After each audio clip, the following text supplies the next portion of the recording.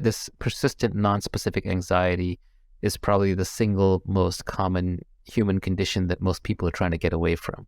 Yes. And the naive version is, I have anxiety because I don't have enough money, so I need to go make more money.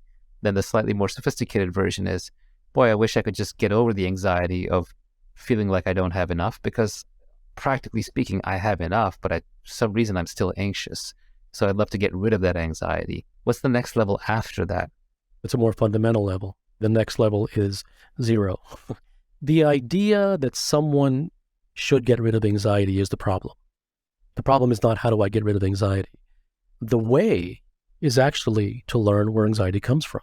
The people who have conquered anxiety are the ones who had a clear understanding of what it is and where it came from. The solution to a problem is never the solution. It's always the problem. The solution to any problem lies squarely deep within the problem. There are not two things, there's only one. Everyone is taught to look for solutions, and they believe that the solution is independent of the problem.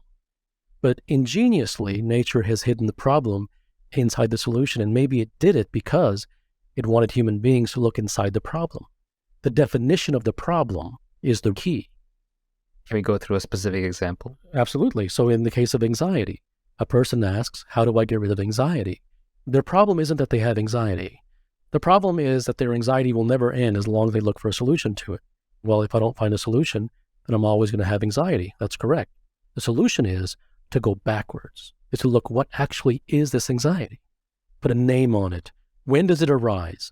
What part of your body does it arise in? In what situations does it arise? Know the face of anxiety, not run from it like a boogeyman. Is this something that's be solved on an individual basis? There's no solving. It is simply the understanding. The solution to any problem lies diving deep into the problem. The answer lies in the anxiety. Every single thing that I say is fraught with peril because the prescription givers have hijacked the English language. They've already attached an image to every single word that I use. When I say that you have to look into the anxiety, where that will go is, thanks to the spiritual jargon, what they'll say is, oh, I must face my anxiety. No, you don't. Oh, that means that I must watch my thoughts. No, you don't. Why? Because if you do that, you'll be doing so prescriptively. You'll simply become an automaton who sits there and watches his thoughts. And then you will say, I've watched my thoughts. Nothing changed. I went into the anxiety. I faced it and nothing changed. The prescription is so subtle that any attempt to follow it removes you from the solution. Even as you're listening to my words, it isn't about finding out what I'm telling you to do. It is about understanding. And through understanding, you can take your destiny in your own hands. And even when I say that, I don't mean to motivate you by telling you that you can take your destiny into your own hands. Forgive me. 1,000 apologies. I have no interest in motivating you. Because if I motivate you, then you will get raw and say, yes, I too will do that now, and you'll fail.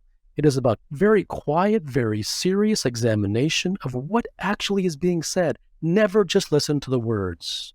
People send me all these messages saying, well, what do you mean no prescriptions? You see, that's a prescription, don't follow prescriptions. It's not about prescriptions.